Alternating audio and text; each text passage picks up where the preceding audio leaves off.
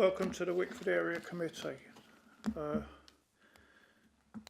This is a meeting of the Council held in public. It is not a public meeting. There is no fire drill planned, so if the fire alarm sounds, please leave via the nearest exit to the large screen at the front of the room and proceed down to the fire exit to the courtyard. Once it is safe to return, councillors will receive a text message. Officers will also advise when it is safe to return to the meeting. We are recording the meeting this evening using our webcasting system. The webcast will be transmitted live and will also be available on the council's website following the meeting. All mobile devices will be switched off or set to silent so that the meeting is not interrupted by ringtones. There's no public in attendance, so we haven't got all of that. Right, we'll proceed with the meeting now. Apologies for absence. Do we have any apologies for absence? Yes, Chair, is Councillor Hammond is absent. We've also received apologies from Councillor Sargent. We've also got a substitute Vice Chair and Councillor Brockman. Declarations of interest. Any declarations of interest from members? Brockman. Yes, Chair, I'm the chairperson of the Wickford at Christmas item number, whatever it is. I haven't seen it. Yeah, it's yep, you got it. In the funding considerations, yeah.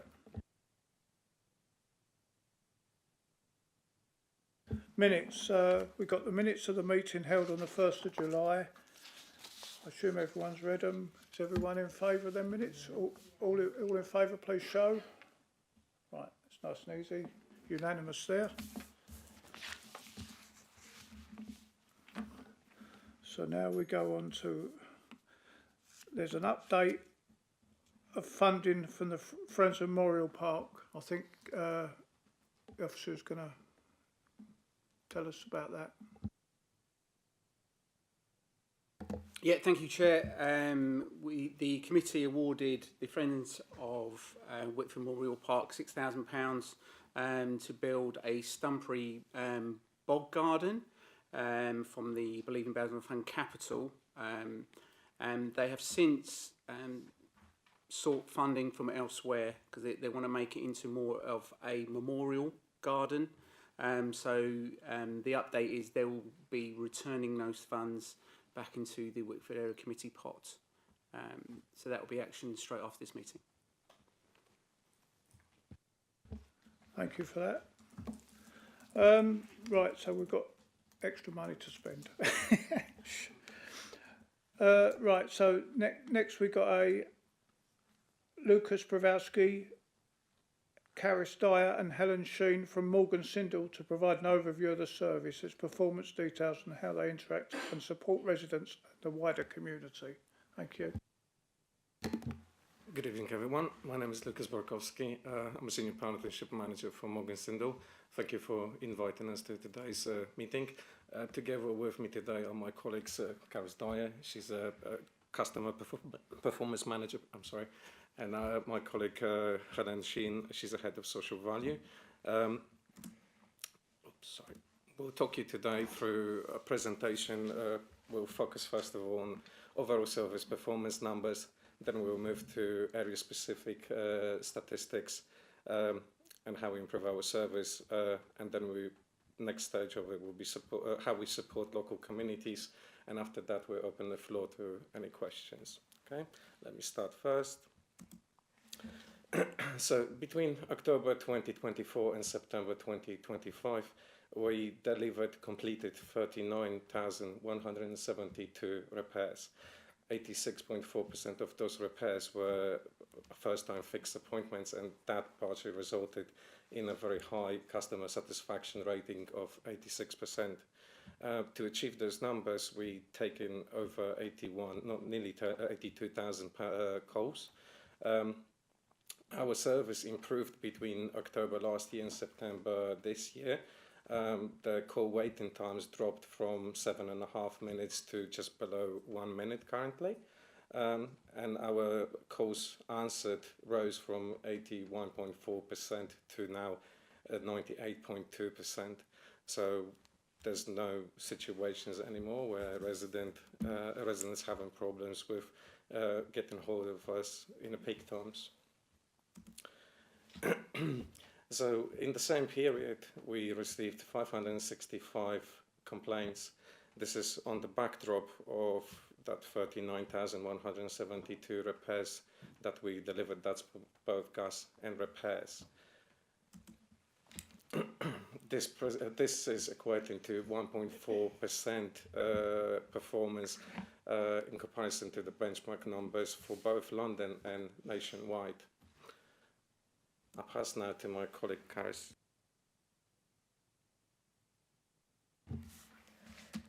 Good evening, Karis Dyer, Customer Performance Manager at Morgan Sindall. In Basildon, we have delivered just over 43 drop-in sessions within the bus centre. So this has been vital for engaging our residents and addressing issues with them promptly and efficiently.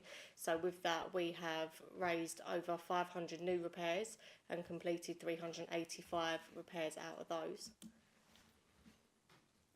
In Wickford alone, between October and September, we've completed 2,679 repairs. 86% of those, the appointments were a first-time fix. We've received 91% customer satisfaction rate from these tenants and also kept 87% of our appointments.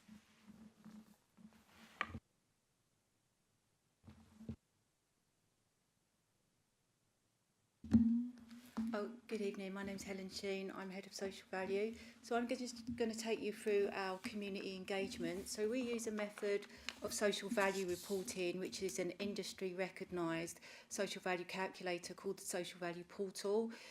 Our social value portal figures are externally validated every year, so we know that they are robust. So in 24-25, we created just over £11.5 million in social value activity on our Basildon contract, and this is an increase on the previous year's total of just over 7.5 million. Our school and college engagement, so during this period of 24-25, we engaged with 5 schools as listed: Woodlands, De La Salle, Bromfords, Beauchamps and Billericay School. And 342 students were engaged with in various different activities such as mock interviews, careers fairs, STEM activities, CV sessions, all of those kind of things to support them moving into the job market. Employability activities, so we work out of Pathways and out of the local job centre. During that period, 326 unemployed people were seen at either the job centre or Pathways, and that's giving them CV support, helping them to look for work, mock interviews, those kind of things. We spent 216 hours on in-depth employability support. 10 residents were supported back into employment as a result of this activity, and 4 apprentices were enrolled as part of our annual apprenticeship academy in roles including gas, plumbing and 2 carpentry roles. With regards to volunteering and donations, we donated over £16,000 to charities during 24-25, and we've also gifted a container recently to the Wickford Wolves Football Club for them to store equipment and whatnot. That was on the back of one of our staff members, his daughter attends that football club, so it was really nice for us to be able to do something really local. We supported £8,000 worth of Ring doorbells as part of the council's domestic awareness campaign, and just over £7,000 was donated to Alzheimer's Society Changing Pathways, which is a domestic abuse charity, Refuge in the Borough that we support every year through our Christmas appeal, and St Luke's Hospice. And 222 hours were spent on volunteering in the community by our staff, including the Hope Supermarket and the Langdon Community Centre. So as you can see, lots of social value in the period, a massive increase on the year before. Next slide, please. And just some upcoming activities. So we've got some mock interview sessions with Beauchamp School. We did a lot with them in the previous period. It's a school that we've got a very good link with. And mock interview sessions are so important for our young people. Certainly I was at a careers fair at the Pathways Centre for post-16 students a couple of months ago, and the amount of young people that didn't have a CV, didn't have any interview skills, didn't really have any idea about where they was going to go on to next was slightly concerning. So that's why we're really keen on doing these kind of things in schools in the community. Thank you. Thank you very much. We are open to any of your questions. Have we got any questions for you?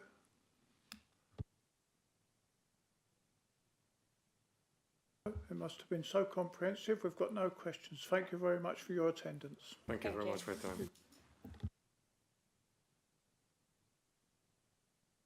Okay, we'll now go on to a service spotlight to receive an overview of CCTV in Wickford from Richard Crossland, CCTV Manager.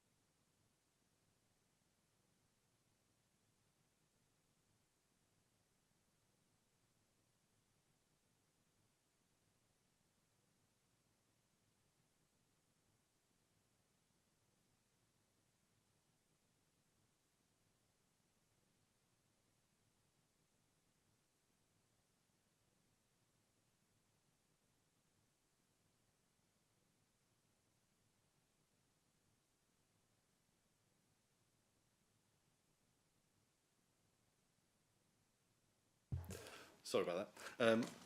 Good evening. Thanks for inviting me here today to speak about Wickford CCTV system. My name is Richard Crossland. I'm CCTV and Safety Manager for Basildon Council. So I'm hoping today to speak to you about the current provision of CCTV in Wickford and some proposals for upgrading systems in the very near future. So Wickford High Street currently has got 4 PTZ, so pan, tilt, zoom cameras.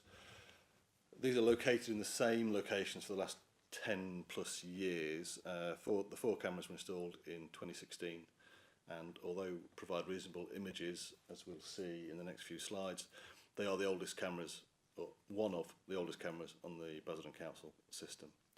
There's also 2 fixed CCTV cameras overlooking Market Lane. These were installed in 2019 as part of the council's improvements to provide market stalls in the area. So the green triangles, which you can almost make out, is roughly the coverage that we have in Wickford. So the cameras that can pan, tilt and zoom, you know, those triangles you could argue is a full circle, but generally speaking, that's the coverage that we currently have. I thought easier to show, and I wouldn't usually, I suppose, but easier to show some of the images that we achieve from those cameras. I've lost my note, so I'll have to just go for it, but I think I know it well enough. So these screenshots were taken a couple of days ago, 30th of October. So this camera is on the crossroads of Nevenden Road, A129 and the High Street there. Just added a couple of symbols just to hide a little bit of identification of people and cars, but otherwise you can sort of see the image quality from that camera. Camera 2 is mounted on the side of Debut Academy, roughly opposite Poundland. The images here, so the top right is the camera looking back up towards Hall Corner, and the bottom right image just shows the zoom capability of that camera. So again, although these cameras aren't the newest on the system, they do provide evidential quality CCTV images. Camera 3, this one's located outside the Willows on the corner, and again, just to show a bit of the zoom ability. The top right, we're looking towards Costa, and the bottom right shows the camera at full zoom, so that's gone straight right into the Costa Coffee sign. And camera 4 on Market Road, again, top left is looking up towards Spencer's Court, and the zoom there shows that we can get quite close to the zebra crossing, and top right looking back towards the High Street, and the zoom showing, I think, I have to remember this, I think roughly the image going back towards the High Street is about a 75 metre distance that we've zoomed into, and I think on the other side looking towards Spencer's Court is about 140 metres, again from memory, but I think that's probably about right. I've also, forgive me, these are older screenshots, I ran out of time if I'm totally honest, but just to show some of the images that we are achieving at night, which I think you can see is they're pretty good, and the cameras are sort of competing with obviously a loss of light, but still achieving a good quality. So the Wickford system uptime, I know that I hear quite often that the common misconception is that Wickford cameras don't work, and I hear that in Billericay as well, but the cameras do work. They're all operational, they record 24 hours a day, and all cameras can be monitored from the security office. To be transparent, I've got some figures there from 2022 to 2025, and you can sort of see we had some gradual progression, 23 and 24 being very good years. This year we have experienced some issues with some of the wireless technology, so we're down to about 82%. I can see in the next 2 months that will increase. I think we're at 95 today. 95 for October, should I say? And that's our sort of KPI that we're looking for, is to get to that 95 to 100%. Additional information is that the Basildon Council Security Office has got direct communication with Wickford businesses and community safety wardens via the ShopSafe radio system. The Security Office also has airwave radio for direct communication with Essex Police. There's been some investment already for some point-to-point fibre, so I mentioned in the last slide about the wireless technology sometimes letting us down. By the end of November, we will be transmitting back with over point-to-point fibre. So that fibre is council-owned, free of charge for 10 years or so, and that will then mean we're not sending images wirelessly back to Basildon. That will be on a point-to-point fibre, which will only make the system more reliable and robust. We've also recently upgraded the video management software in the security office, so that was an investment to improve the system that we use to store CCTV, view it and review it. Other information there is we've got some signs going up with QR codes from our ASB team, and I believe Wickford Bid have secured a further 10 ShopSafe radios to increase the number of businesses with access to ShopSafe. Didn't want to sort of only focus on the high street, so there's some images there from Wickford Memorial Park. Again, these are older images, so apologies for that. But again, those cameras are, as you see them on the screen, mainly fixed. We've got one PTZ camera, but mainly fixed on the entrances, car parks, and the cafe area there.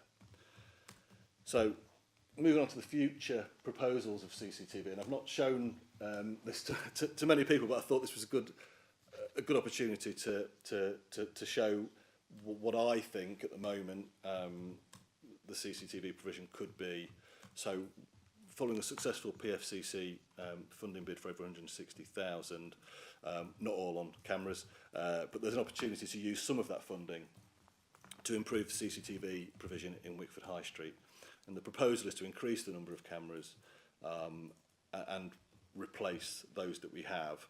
I know the the feedback from police is that once people leave the high street, they're not on any camera. We've sort of lost them. So the idea is that we'll extend the provision down towards the Texaco garage, across towards the Wick over the pedestrian bridge, as well as some more cameras on that lower South End road as well. So there's some dependencies and potential risks there. Obviously, budget-wise, the drawing I've put up, again, the yellow will join the green, so that will be the future, hopefully, or something that looks a little bit like that. I need to do a bit more consultation with businesses, councillors and public, but I think that is... I don't think it will change a great deal personally, but that's kind of just what I think at the moment from speaking to police and obviously our CCTV contractor in terms of logistics and what's possible. So budget-wise, the costs will change depending on how we are mounting those cameras and using the transmission. So based on permissions, we may be able to use Essex County Council streetlight columns, or business premises could be used to mount CCTV cameras on, which we've done in the past. Transmission, I've mentioned before, we're trying to come away from wireless links onto fibre. And again, any power supply, UKPN, that type of service needs to be considered as part of that budget as well. So that was quicker than I thought, but hopefully that gives you a bit of an overview. And although I recognise the system isn't 100% brilliant at the moment, I hope it does give you a little bit of confidence that they are working. We can watch them. We do watch them, and the future is looking quite positive for Wickford. But any questions or feedback on that presentation, or indeed on the proposal that I've suggested? Yes, Councillor. Councillor Brockman. You knew I was going to do it to you because you could see the pen working. Okay, so can you turn your, or whoever it is, turn your thing. Sorry. Right. Okay, so looking at the pictures that you've really helpfully produced just now, I've just got a few points. So the viewing of the cameras. Now, I'm going to declare this here and now. I'm the chair of the Wickford bid. So you had my manager come here and have a visit, our dear Emma, and she was quite shocked to say when she went into where the cameras are kept, they're not actually being viewed for 24/7, are they? The cameras are monitored as part of the security officer's role. And again, what I didn't mention there is that the room itself is going through some investment now, so we are replacing the monitor wall. As I've said before, we've replaced the video management system, and the sort of furniture of the room and things like that will change as well. But the bigger positive there is the monitor wall is going to be changing in the coming weeks as well. So yes, they are monitored as part of the security officer's roles.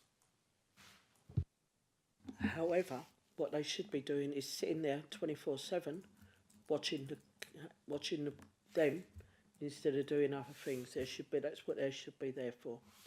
Okay, so that's my point one. Now, point two, those cameras actually are quite good in certain places. So why don't we? Now, Wickford's got a horrendous problem with parking in the high street. So I was looking, you blocked off the number plates on a couple of the cars.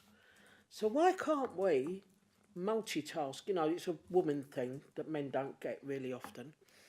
And we could use the cameras to take the number plates of the offending cars down the high street, grass them up and get them ticketed, or, get that dealt with. That'd stop parking down the high street. It's just made myself popular, isn't it? The other thing is, sorry, Rob, but overgrown shrubs, it's not your part now, is it? You can see the shrubs are overgrown. So why don't we use the cameras? If we can see that's happening, why don't we use that to report back where things need doing as well? So all of a sudden we're using the cameras for a lot more than just watching a few people hiking it up and down the high street. And another one, which I think is really important, is the safety of everything in the high street and the town in general.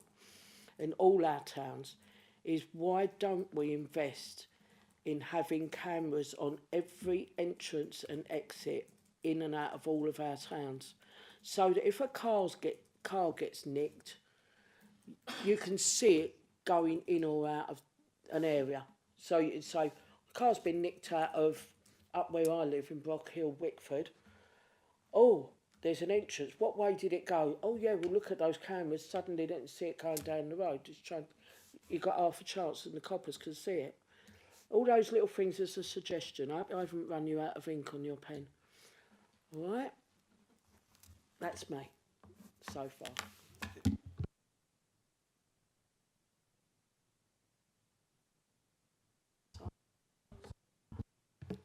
Yeah, I'll come back on those points, Councillor. So the parking is something that I can look into. It had crossed my mind as well. I've obviously been over to Wickford to physically walk around quite a few times in the last few weeks, and I know what you're saying about the single yellow lines on the high street and other roads, so I can look into that. Memorial Park, I guess, is that's the part you're talking about with Rob and the shrubs. And you could actually see it from the camera on the corner of Hall's Corner, and you could see where the shrubs and everything are all hanging over there. You know, it's just pure maintenance. Get that all cut back and use the cameras to a full extent and take advantage of the fact that we've got them and get people out there and get the towns looking. I'm not just talking about Wickford, I'm talking about the 5 towns. Make it look tidy and everything, and make it look a lot more, what do you call it, aesthetically pleasing, and maybe stop people chucking their rubbish out of the cars and everything down the road. And just on the final point about the cameras on entrances and exits, this is at the moment obviously a suggested proposal.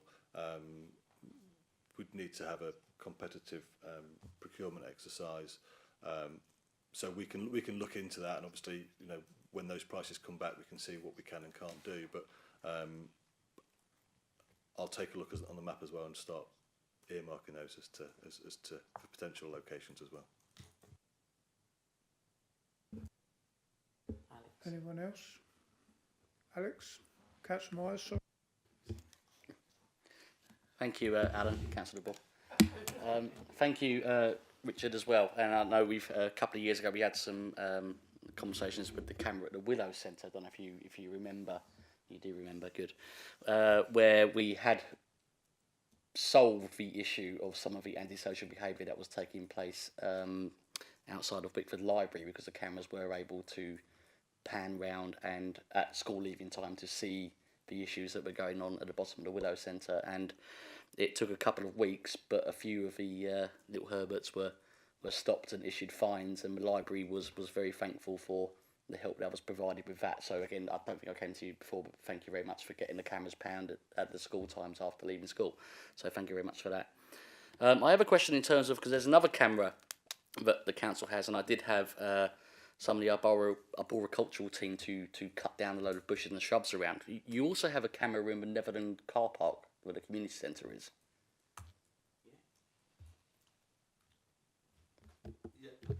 Yes, we do. We've accessed, they are the Nevenden Centre's cameras, but we've got access to view the camera that's in the car park, yes. Yeah. So you do have access to that, because I've got like a declaration of interest. I am a treasurer of the Wickford Community Association, and there was forever problems with the IT and electric company gaining access to the building, and said that they weren't going to providing a separate fibre connection to the camera because of issues with funding and whether or not we would allow them to use our existing system, and would they give us a charge back in terms of that, and also the street lighting as well. So it is operational, it is working, you say. So just to confirm that. It is, and happy to send you a screenshot maybe tomorrow just to confirm that, but I know for sure that one is working, yes. Okay, thank you. Because, you know, as part of the PFCC bid, there's quite a lot of work that's going on in Netherland Park going forward. So not just with the PFCC, but with some other initiatives which I'm trying to get sorted. with some private funding as well. But in terms, if a camera can see into the main car park, and I'm assuming that's a fixed one. Just the. No, that's a PTZ as well. That is a PTZ. We Okay, can move that one around and zoom in. Yeah. Okay.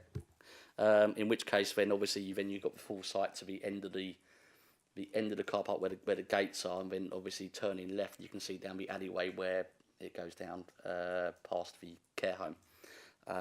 That's very good news. I'm quite impressed with the video quality. I mean, we say that they're quite old cameras, but they're obviously, when they were put up, they were quite sophisticated cameras at the time. So that is very, very good to see. And obviously, but I do agree with some of Councillor Brockman's points. If there is a way to use the cameras to help SEP and the police enforcement of parking on zigzags on zebra crossings, and also the double and single yellow line situation down there at the high street, then of course that would be very welcome. Again, make myself as popular as you, but it would help to alleviate quite a lot of issues with ongoing problems turning left into the high street from London Road, and it would also alleviate quite a lot of issues in the evening parking as well, where some of the takeaways are down that end. And I think it's important that all residents should be able to, at least be able to drive on the correct side of the road all day in our high streets.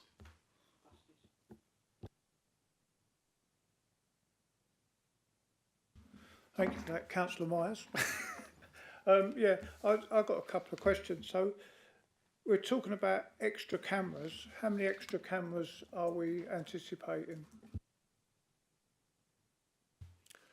I think on the map there's about a dozen extra.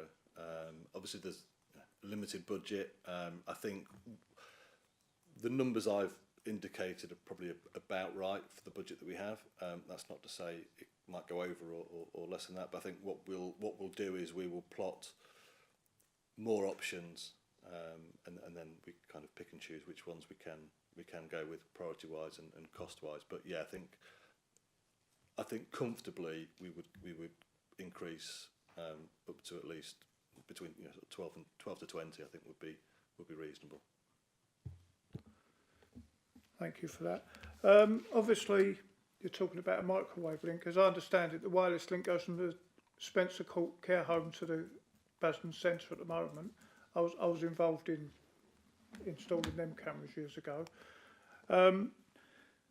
So obviously a microwave link will, a fibre link will obviously possibly increase it definitely increase the speed at which you can transmit the video, and it'll obviously slightly increase the quality, because and as you say, it'll be a slightly more stabler link.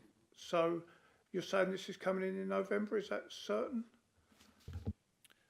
Yes, we've already carried out the works at Spencer's Court. So Spencer's Court has got the fibre link, council-owned fibre link, so we're using that. So they will still transmit to the roof of Spencer's Court, down to the ground floor, and then via fibre will come back to Basildon. The work we need to do is at this end now, but I think the order's been raised last week, and that will be about a 3 or 4 week lead time. So by the end of November, I fully expect Wickford and Billericay, just out of interest, but they'll both be coming back to us on fibre.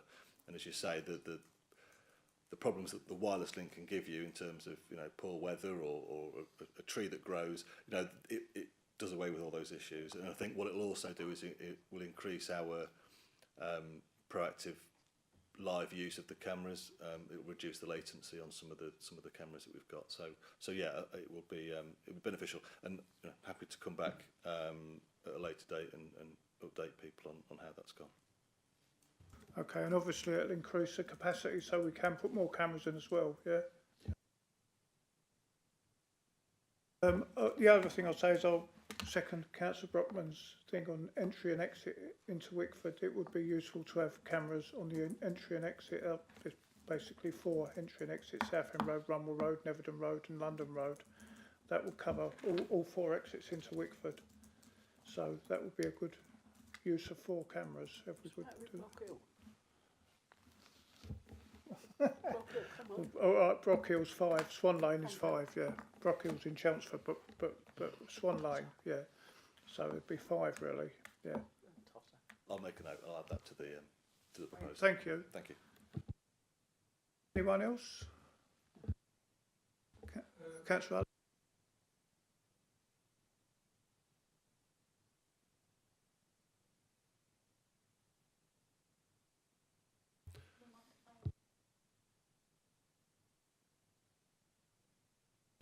Yeah, thank you, Councillor. That work was undertaken 2 or 3 years ago, I believe. So for my part now with the CCTV, there's been no big minor investment for us to splice that fibre. So the fibre's already there. So we've spliced that now, and so we can use it solely for CCTV. And again, at this end, that connection was already there. So it's a very cost-effective way of us to use fibre in this way. So, and as I say as well, that's free of charge to use for at least a decade, I believe. So, but no, there's been no dig for the work that we've been doing, and as part of the proposal, there are other areas of Wickford with fibre that we can tap into, and that's the aim as well.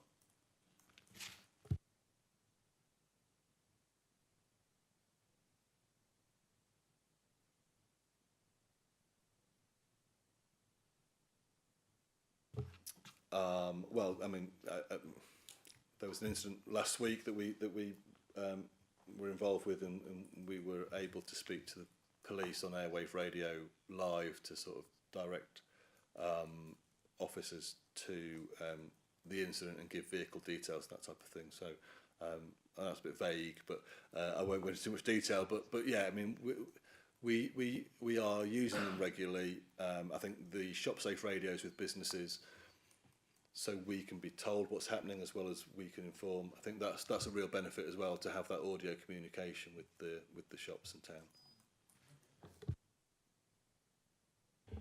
I just got one more. So what you explained about the fibre, obviously it's going from, so you're still going a radio link from the CCTV cameras to Spencer Court, and then going fibre from Spencer Court. Is that what I understand?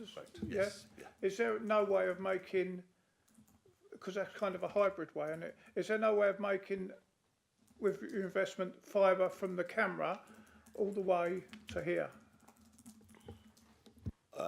I think the costs involved would blow the budget fairly quickly, Councillor, to be honest with you. So that's the ideal. I think as we're doing it currently, there'll still be wireless link locally between camera to camera. But as I've said, I know that there's fibre connection that runs along Lower Southend Road and the other side of the railway bridge as well. So there's a chance that we can pick up some more fibre and add cameras to the fibre connections that's already in the ground. But I think once we start, if we're looking for new digs and laying new fibre, I think the budget will quickly go, to be honest.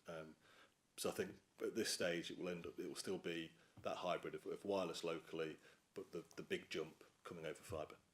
Yeah, obviously, yeah, the longer distance will be fibre, which will help, but you'll still slow it down with a small radio link, yeah, is my understanding, yeah? And you'll still be subject to certain weather within the Wickford area. Yes, there'll still be subject to those elements for the wireless link.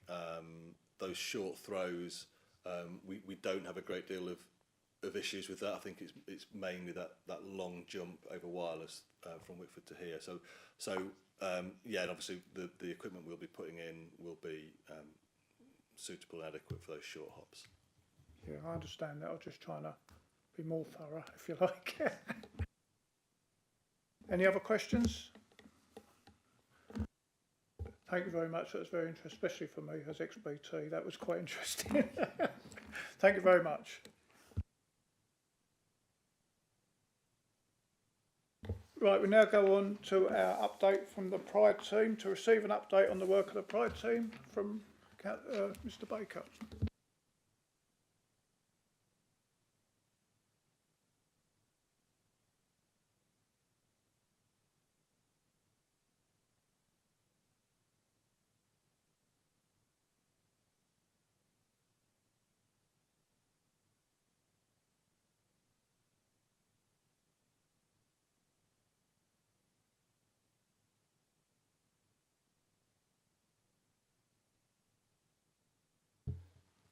Thank you, Chair, and good evening, councillors.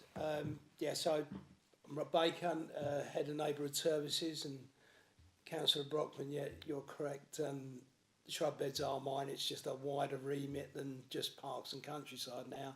It's the whole borough. The presentation I've got tonight is just some of the work that the Pride teams have been doing across the Wickford area over August and September. Well, I don't have it October's, as that is still being prepared, but it's taken from the monthly reports that are provided to the area chair. If I can bear with me while I go through these. So the team on the Pride team is Greg Monk and Richard Barwick. Have I still got something up on my screen? Sorry. So yeah, sorry. The team on the carrying the Wickford area is Greg Monk, Richard Barwick. Great team. I know they've been out and met some of the councillors so far. And so the next lot of slides I'm going to show you where we've done areas completed with befores and afters. This is not a complete list of areas covered, but it's a snapshot just to give you an overview.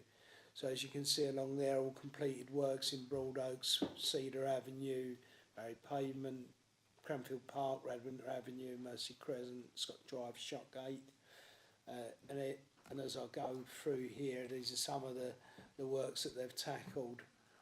As you can see, there's an alleyway there that's probably impassable at a time. Again, further down that same alleyway, but further down. I'll keep, to save repeating myself, they are all photos that I've put in here, but just to give you a snapshot of some of the work that can be done that you could be requesting through council inquiries to get work done by the Pride teams. Just an area, again, challenging areas with weed control. You can see where the path's oxidising. So in some areas, we are also applying herbicide on the once we've cleared them areas to hold back weed. Again, this was into September, carrying out areas in Castleton and Crouch. Again, it's this time of year, obviously, or at that time of year, August and September, the concentration is going to be mainly on weed and shrub growth. Shrub reductions there in place. So it's really just a snapshot of some of the work we was doing. We've done that work's continuing now. We've moved more over to the Ida Verdi's contract, doing the winter prune. That programme has already started. So the benefit now would be to use the Pride teams for more on hard surfaces, weed clearance, anything that you'd feel that you wanted to tackle in your areas. And I would suggest let our contractor, Ida Verdi, carry on with where the prunings are. Unless there's dangerous areas, we can tackle that. If there is something that is impeding access at all, we can certainly address that. But I'd rather Ida Verdi be completing what they should be doing on the contract than using that resource to do effectively what they're about to do at some point during this winter period. So, are there any questions? Councillor Myers.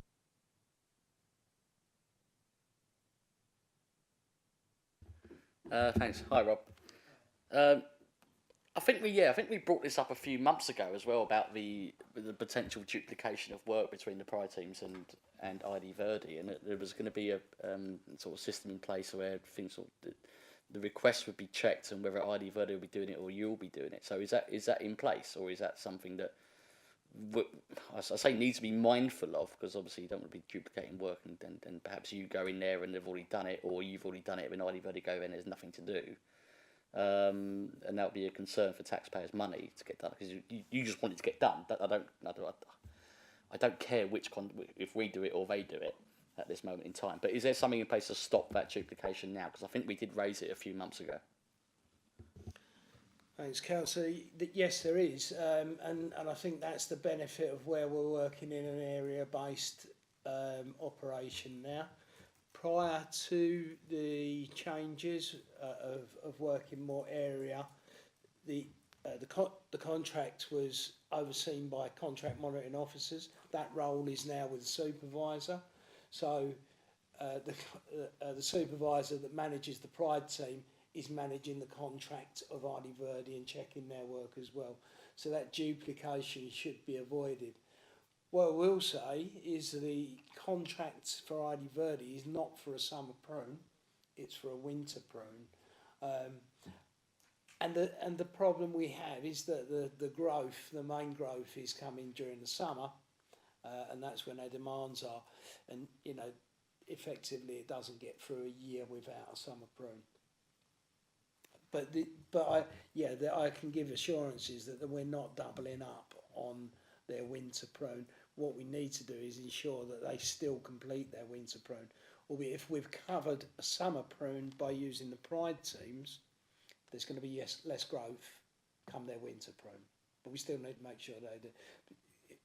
If you look at some of the areas, we might have only faced it back and not topped it. So the contract is wrote in. You have formal shrub hedges, and informal. If it's an informal, it's only faced as part of the contract, and a formal hedge is faced and topped. So in the summer, I hope I'm explaining this clear enough. In the summer, if we've got overhang, the Pride teams would generally go and just face it up. And then it's important that the supervisor ensures that when the winter prune comes, it's formally cut, so we cut the tops as well. Well, that's Ardie Verdi's.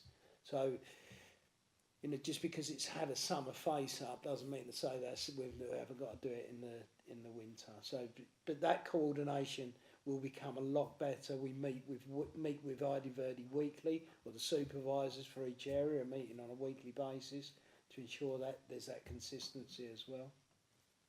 I hope that answers the question. Councillor Allen?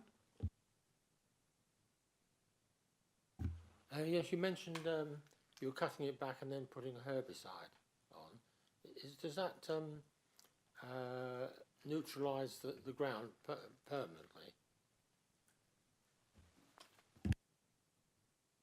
No, that on hard surfaces that is challenging because residual herbicide. So to hold it back, you've got to use a residual herbicide, and there are no residual herbicides for hard surfaces.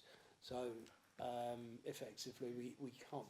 The chemicals that are out there now you can't use a residual herbicide. You can in shrub beds. So if it's soft landscape, you can, but not on hard landscape. You can only use contact.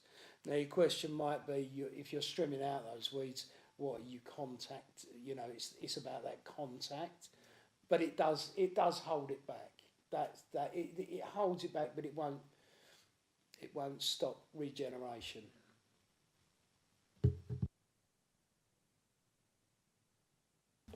Councillor Brockman? I'm going to make myself popular again.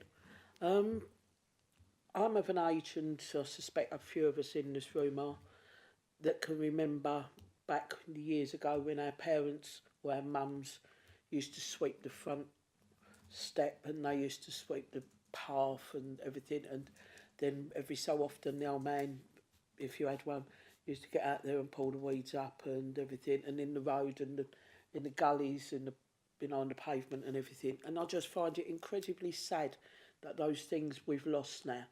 You know, when I'm at home, and you know, I live on my own now, and I've still got a large drive, and I do get weeds and everything, but I get out there and I do that, and I, you know, put the weed killer down and pull them up and everything, and I go along the pavement and into the, what do you call it, the gully things, I don't know.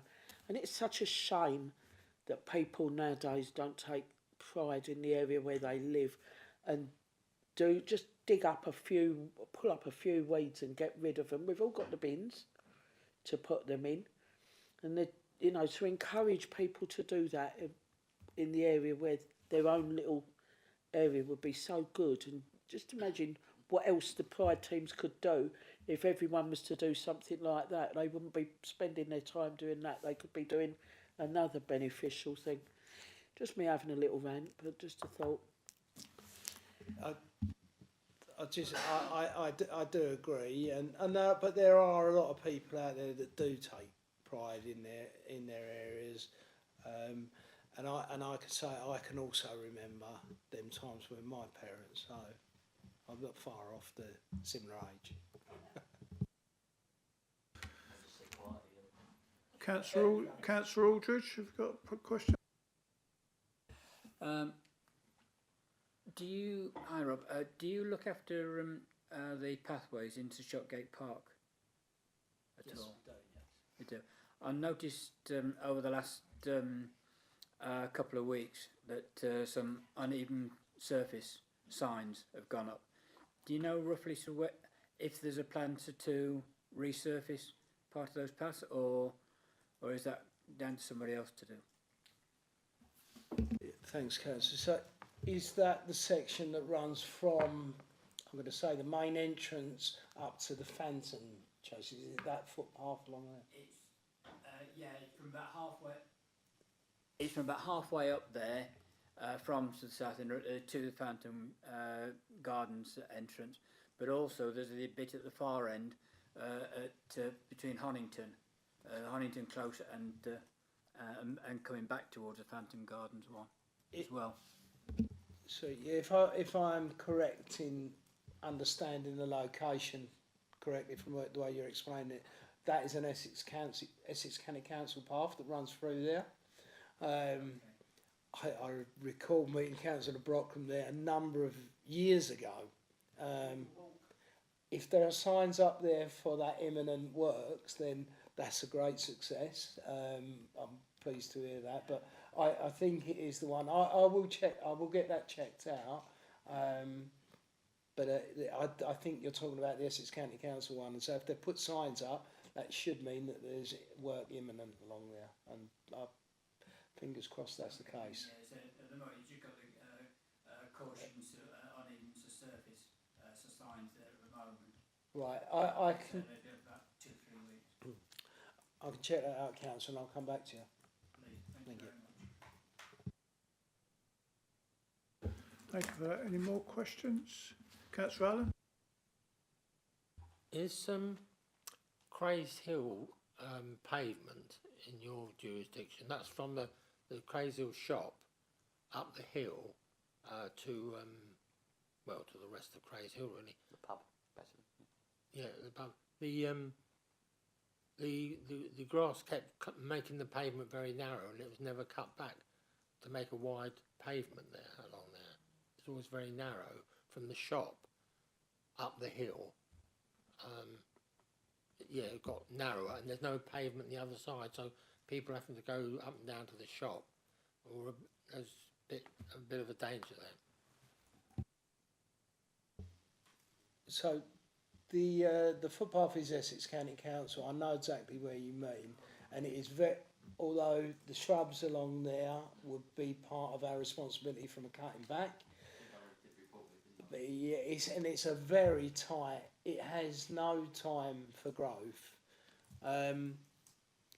You'll be aware we are bringing the service back in house, and we're working on, as part of that, we're looking at better mapping of our schedules, and it's a very good example of an area where we need to schedule that in for more cuts.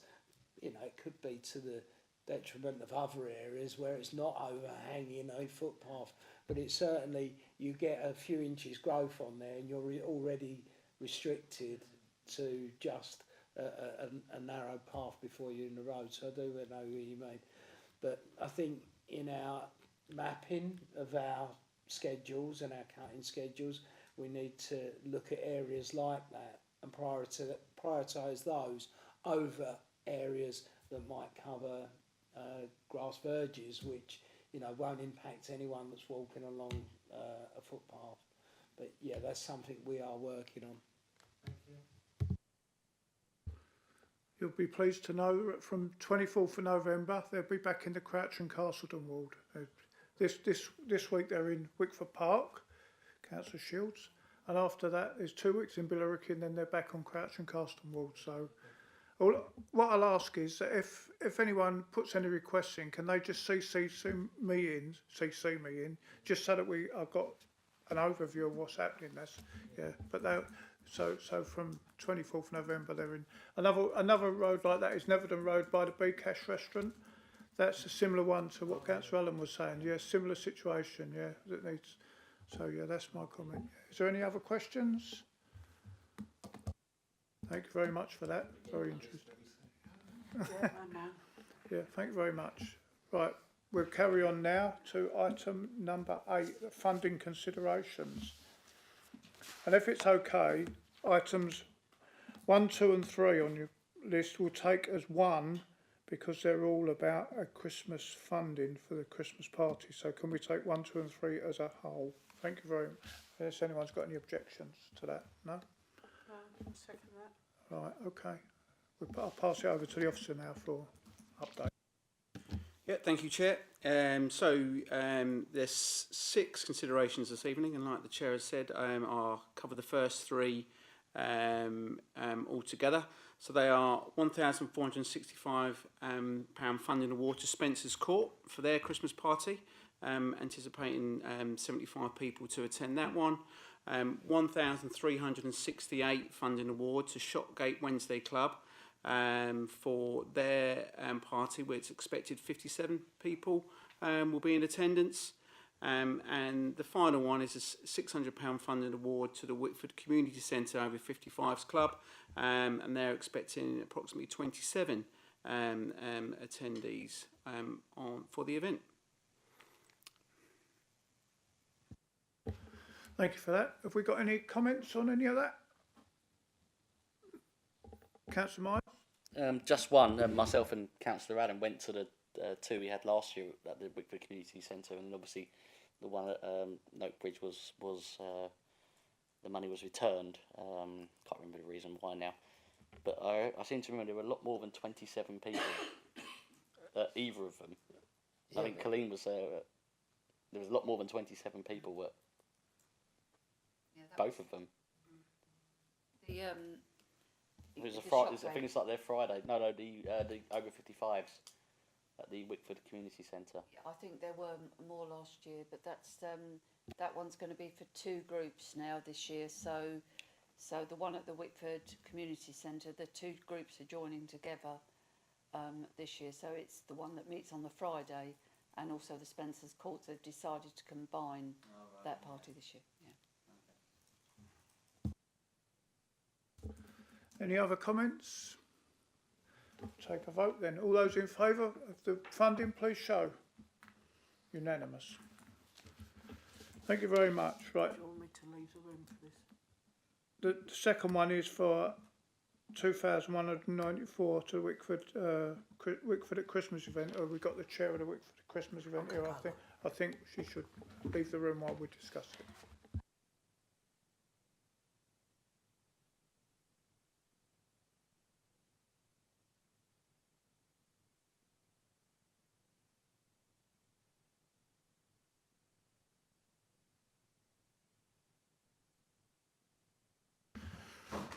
Right, that's got rid of Councillor Brockman. We can now. Right, I'll pass it over to the officer for. Yeah, thank you, Chair. So this funding award is for £2,194.40p to the Wickford Community Events towards the cost of delivering the Wickford at Christmas event. This will come from the Wickford Community Priority Fund. For those who don't know, Wickford at Christmas Festival event held annually on the High Street. The total project cost is just over £9,000, and they are seeking £2,394 and £2,194.40p towards the costs. Councillor Aldridge. Just looking at the numbers, it says on bullet point 4, 2,194.40, and in the line below it's got 2,394.40.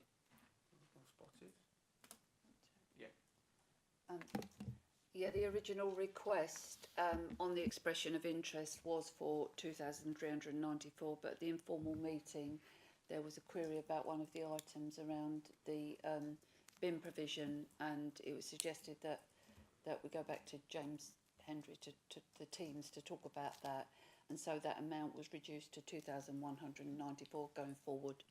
Just getting the two in line in it. Yep. Yeah. Okay, councillor. Yeah. Right. So all I'll say is that I've got an agreement that if there's a profit made from Wickford at Christmas and they don't need it all, they'll return what they don't need afterwards, which is already agreed to that with me. So we may get some back, we may not, but that was a proviso that I agreed to it. So if there's no more comments, all those in favour, please show. Yep. Right, now perhaps we can get Councillor Brockman back.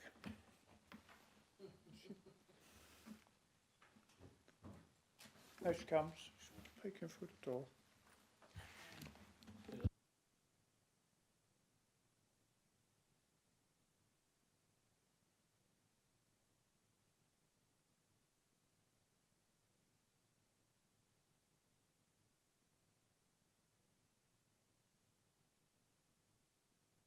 Just for Councillor Brockman, we agreed that if there's any profit, that some will be returned. Yeah, absolutely. Yeah, just to confirm that. Right, we go on to funding. Item number 5, 2,249 funding to Wickford Wolves FC. Councillor Officer. Yeah, thank you, Chair. So, for those who are not aware, Wickford Wolves Football Club is seeking funding to purchase 6 metal goalposts to support their weekly training. They currently deliver sessions for children aged 5 to 17 on Wickford Park, and they currently support over 100 local young children as part of their club, and these will enable them to deliver more training and cover more matches at weekends. Thank you for that. Any comments? No. Right, we'll take a vote. This one from Councillor Myers. Yeah, so I assume this is going into the Bartlett's Park. I think in the report it just said a Wickford Park. I'm assuming it's Bartlett's Park, which is off of where their current base is, off of Old Shop Farm. Because these goalposts are portable, I understand that they use 2 different locations. So these are pairs of smaller aluminium goalposts, so they will be able to use them and transport them. But they're small in size. No, that's fine, because I was just thinking about the sort of the number, and obviously if they were going to be used all the time, the road is quite narrow and quite small for quite a lot of vehicles on potentially for the usage. Now, I've got no problem with them increasing capacity for children's football, but just thinking about suitable car parking that may or may not be there at the moment. It was something for them to look at in the future if we do award funding for extra goalposts. But if they're going to be portable and be used in other parks in the area, then obviously that can be mitigated. So that's fine. You okay with that one? Yeah. Any other comments? Okay, we'll take a vote on it. All those in favour, please show. Doing well tonight. Agreeing. Okay, so that's been agreed. So the last one is a 3,159 investment for Wickford Waste and Dog Bins project from Wickford, Believe in Wickford Fund. Over to the officer. Yeah, thank you, Chair. like the Chair has said, this is a just over £3,000 investment. This will come from the Wickford Believe in Bells Fund Capital, and this will fund 5 waste bins and 4 dog waste bins. And this will be in partnership with the council, Basildon Council, mainly to determine obviously the condition of the replacement bins, and obviously to make sure that bins are replaced first rather than new ones put in. But looking at these, most of these will be replacements, and like we said, it will be working in full partnership with Basildon Council officers.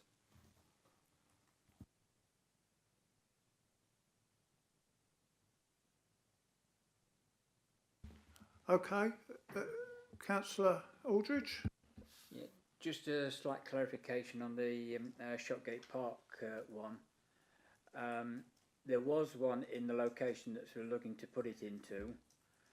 It got damaged twice, and about 4 months ago, so they actually took the remaining bit of the post away. So there's actually nothing there to mark where it is, apart from the What Three Words location that was given at the last meeting.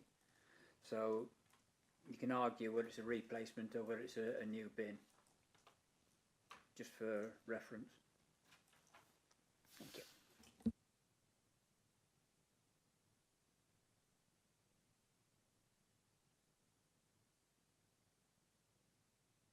Councillor Myers.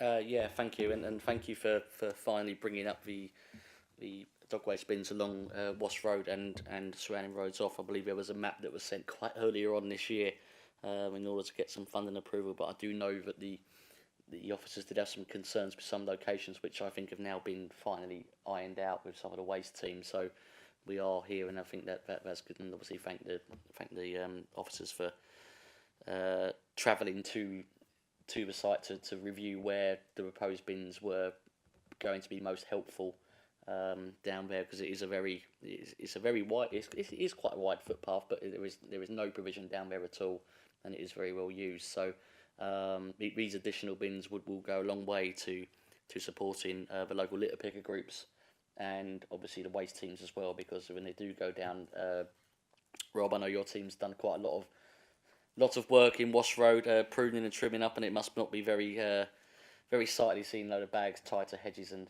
things like that for your teams to go and use. So hopefully with the provision of the new bins will alleviate some of the issues that particular area in Noak Bridge is seeing. So I'm very happy to support the proposal.